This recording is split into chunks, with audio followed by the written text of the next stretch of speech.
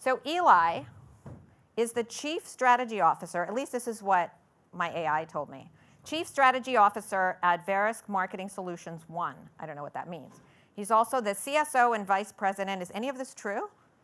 Not. Sounds questionable. But yeah, and he's also authored a book called Product-Led SEO 2. Interesting. It's good to know I did that. Yeah.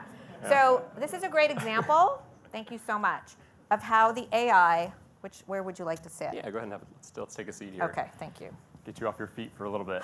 Thank you. Good morning, everyone. Anat, that was phenomenal. Thank you for taking the time to be here with us and kind of share your insight about the future. I think a lot of the key themes that you hit on really connect well to the sessions that we have coming throughout the day here. So perfect way to tee things up and set the stage for the rest of the event. So thank you for doing that. We've got about 15 minutes here for dedicated Q&A. I want to reserve most of that time to take questions from the crowd, but I'll get us started first with a couple of questions to dive deeper on some of the themes you noted that I think really connect back to our specific industry and our audience. The first one I'll start with is this theme you just touched on of the battle for attention, right? So we're seeing this shift from information scarcity to attention scarcity. And I think it's especially relevant for a lot of the folks in attendance here today that are marketers coming from industries like insurance or mortgage, financial services. They're marketing and selling products that are highly competitive. It's really hard to differentiate. Oftentimes, the only way to differentiate is on price and offering the consumer a lower priced product. So a question for you, I guess, if you put yourself in the shoes of an insurance or a mortgage financial services marketing executive, how do you think about trying to capture the attention of your target customer? So the answer is actually really simple. It's not about you. So this is, I find, a mistake that a lot of people make. I had to get new car insurance this year. I'll use myself as an example. There is no worse, full of friction, I don't even know what to call it, experience than trying to buy new car insurance, right? Go on the internet, there are all these comparison sites. You put in all your information, your shoe size, where your mother was born, like all this completely superfluous information, because it's, quote, getting to know you. And then you push the button and it says, oh, all of these people are interested in selling you insurance. They're all going to call you. Because I have a lot of spare time for the phone to ring to talk to some random person, no offense. Like, that's not a frictionless experience. So putting yourself in the customer's shoes is really important. And as we move forward, getting attention is going to be harder, right? So let's say all those people called me. They're all just saying the same thing. Figuring out a way to differentiate your offering, but also not just differentiating in process. So something that really drives me crazy with technology, and I have brought technology into every industry that I've worked in, is we take a current process or workflow and we put technology on top of it. And we never ask a very basic question, which is, what the F? Like, maybe we should actually change the process or the workflow, right?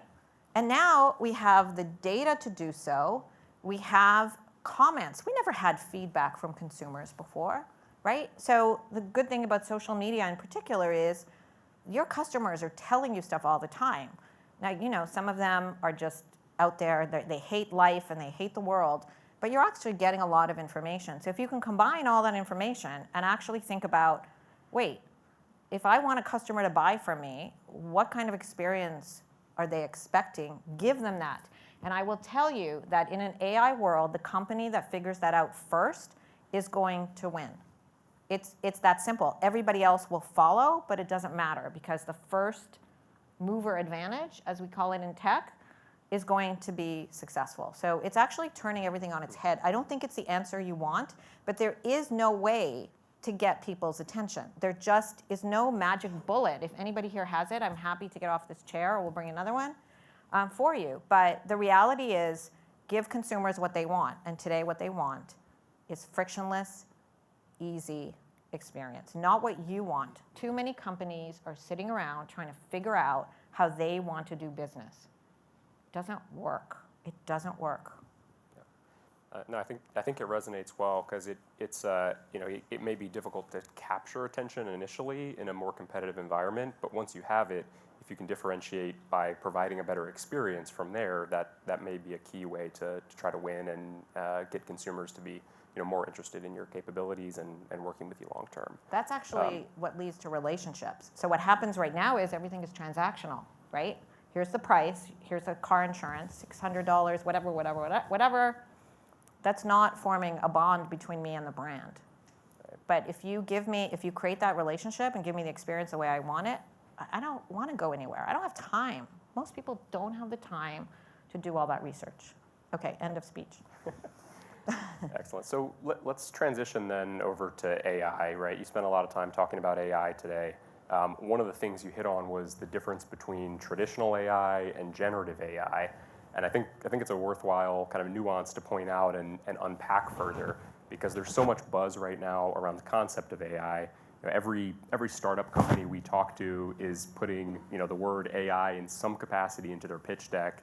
Public companies are putting AI into their earnings reports and their readouts to Wall Street. They're talking about it because they want to be attached to the future, right?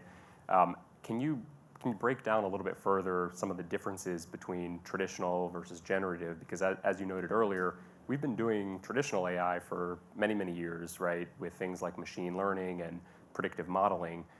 If you were, put yourself again in the shoes of a marketer, how do you think about kind of where to get started and some of the differences between those two types of AI? So the fundamental difference is the fact that now we can talk to the AI. Like it's this human language thing, right, that makes a difference. And the reason that's important is while a lot of people have been doing predictive modeling for years and have been using AI, the average person couldn't do it. I can't amplify enough the following point, which is the reason that you have to put yourself in the customer's shoes, the reason that you have to really start thinking about changing processes and workflows is because the consumer's life is going to change because they now have access to the same AI as the people building the models. So information is going to be rampant. We're going to have access to everything, right? Like it's not just there are no secrets. It's just I can find out information. I don't actually need that comparison site anymore. For those of you who are in the car insurance business, I can actually go to Perplexity AI. I can tell it what kind of car I have, what I want, and it's going to make a suggestion for me. So I'm skipping an entire step. So for anybody who's in marketing, how do you incorporate these large language models into what you do? They're going to sit on top of everything.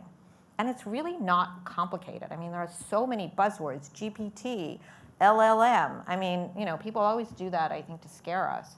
But the reality is for the average consumer, the reason ChatGPT, so many people jumped into it, is because you just talk to it. It's a very easy conversation like I'm talking to you. We're all used to texting. It's no different. You actually sometimes forget. At the beginning, when I started playing around with generative AI, I kept saying please and thank you because that's how my mother brought me up, to be polite. But that's kind of crazy. So I think on the generative AI versus traditional AI wasn't available to everyone. Generative AI is available to all of us. So before, for example, when I've operated businesses, I had a dashboard and I got lots of information and maybe I analyzed it myself. I didn't. I had analysts who did that. All of that gone. All of that information is going to be available just by asking. And companies, each company is going to have its own LLM, maybe built on top of another one, with all the information that you need.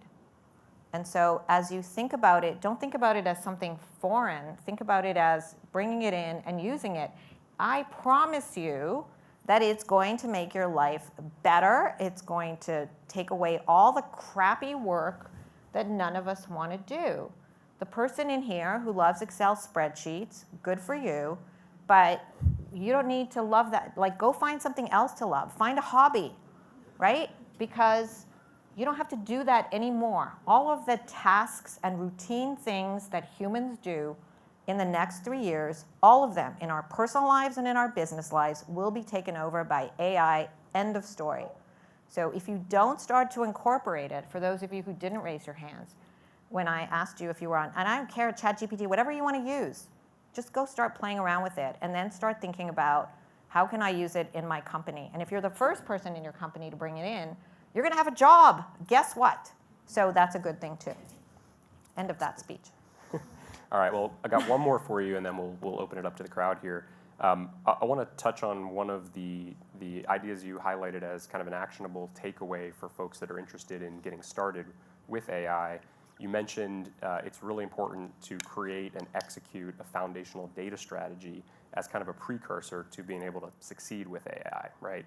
The data, AI is only as good as the data that you feed into it, and I think that's especially relevant and interesting for marketers who are thinking about the personalization use case, right? And having the right data about a person to be able to power that type of customer experience. So again, if you put yourself in the shoes of a marketer in insurance and in mortgage financial services or home services, how do you think about kind of building that data foundation or building a data strategy that supports where you want to go in the future with AI and with personalization? So I think for most of us as consumers, if we have to be really, really honest, we probably gave up on the idea of like extreme privacy. Like I'm going to whisper this, a long time ago.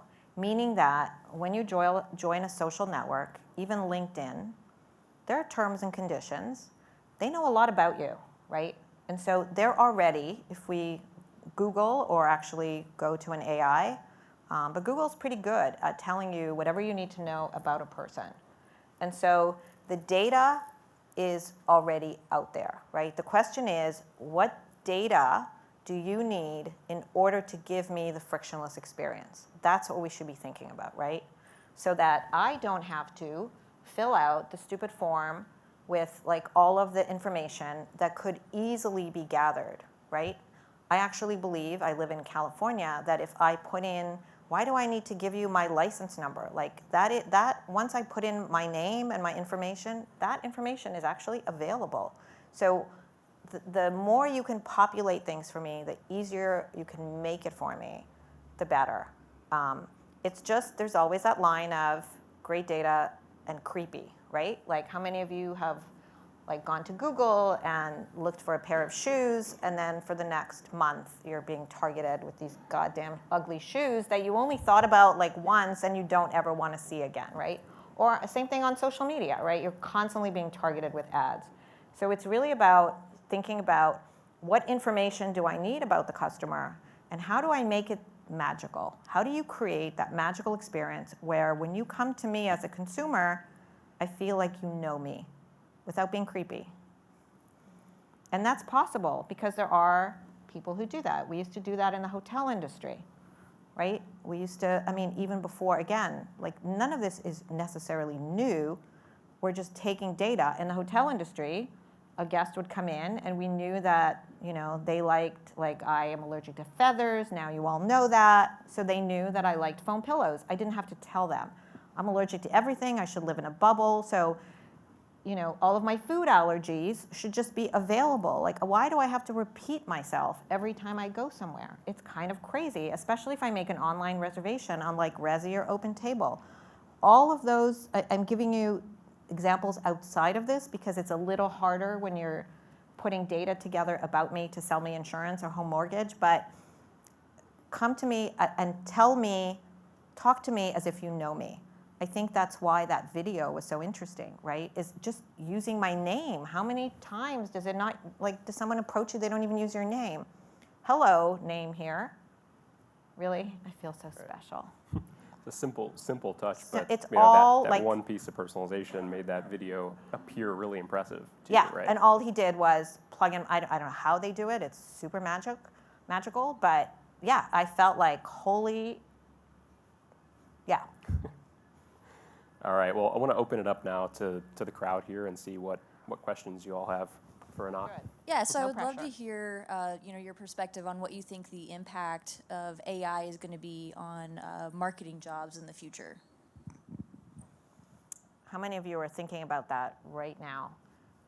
Yeah, right there in the back. Okay, so it's going to have impact on every single job, every single knowledge worker, and that's why, like, you're here today. and I'm telling you, start to embrace it. It will have an impact, there's no question. But the more you embrace it, if you're the person who knows how to use AI and you're implementing AI, you're going to have a job. The people who are just saying this is a fad, this isn't going to change anything, not so much. I mean, I can't underline that enough. And so I think, and it also depends on what you do, but there are going to be so many new jobs created. For example, the number one thing we're going to need in the future is to figure out what is real, right? What is true? We have no idea. We're going into an election in 2024, our first AI election.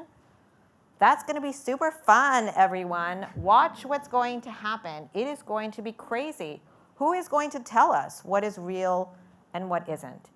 In marketing, I think what's really important is to go back to the human part of it and to figure out how to incorporate AI into what we do as humans. So how can you use it in your job to take away all the crappy things and the routine things? Not that sometimes they're not fun, right? But take those out and spend your time being creative, being curious, building new things. Use the AI to help you do things, to come up with ideas, to brainstorm, all of that kind of stuff. It's fantastic for. A lot of my slides, a lot of the images were actually created by AI, and it takes 2 seconds to do it. I used to pay my designer, I don't even want to tell you how much. I mean, she's not so happy, but she's got other things to do, and she's learning how to use AI. And so I think like for creating videos are going to be huge. If you want to differentiate to your first question, send me a video. Instead of calling me and having a conversation about nothing, send me a video and say, hey, I heard you were interested in mortgage, car insurance, home, whatever. I saw that you're getting married. Let me sell you something. But talk to me as an individual. So figure out how to use it also not just for your job, but with customers. That bridge, there's a huge amount of money to be made in that bridge. Does that make sense? That's great. Yeah, it does. Does that answer your question? I think maybe we have time for one more. Can we fit one more in? You want to? All right, one quick one. AC, I think you had your hand up a minute ago. If you want to. I had a longer one. I can make it a quick one though. You said you had a favorite currently. What is it and why? So Claude 2 is my favorite because I like the fact that they're building an ethical company. I think that's really important. Not saying OpenAI is not ethical, but and it also is fantastic. It also scrolls the internet, which ChatGPT stops at 2021, does not scroll the internet. So use Bing because it also has access to the internet. And my personal favorite is perplexity.ai. I use it in my personal life. It's fantastic. So those are my two favorites. And to close us out, you said you don't say please and thank you anymore. You're not worried that if they do take over, they're not going to do a look back and realize you were rude to them? So I sprinkle it in. And I do say thank you when it really helps me out because it helps train. So here's the other crazy thing. It actually helps train the AI. And one very quick thing that I learned that is really crazy about AI. They just did a survey, I think it was with BCG, and they found out that when you're prompting an AI, if you're trying to solve a problem, the way to start it, write this down, is take a deep breath and let's solve this problem together. We're teaching the AI to be like us. The answers are 25% better when you do that. Crazy, but true.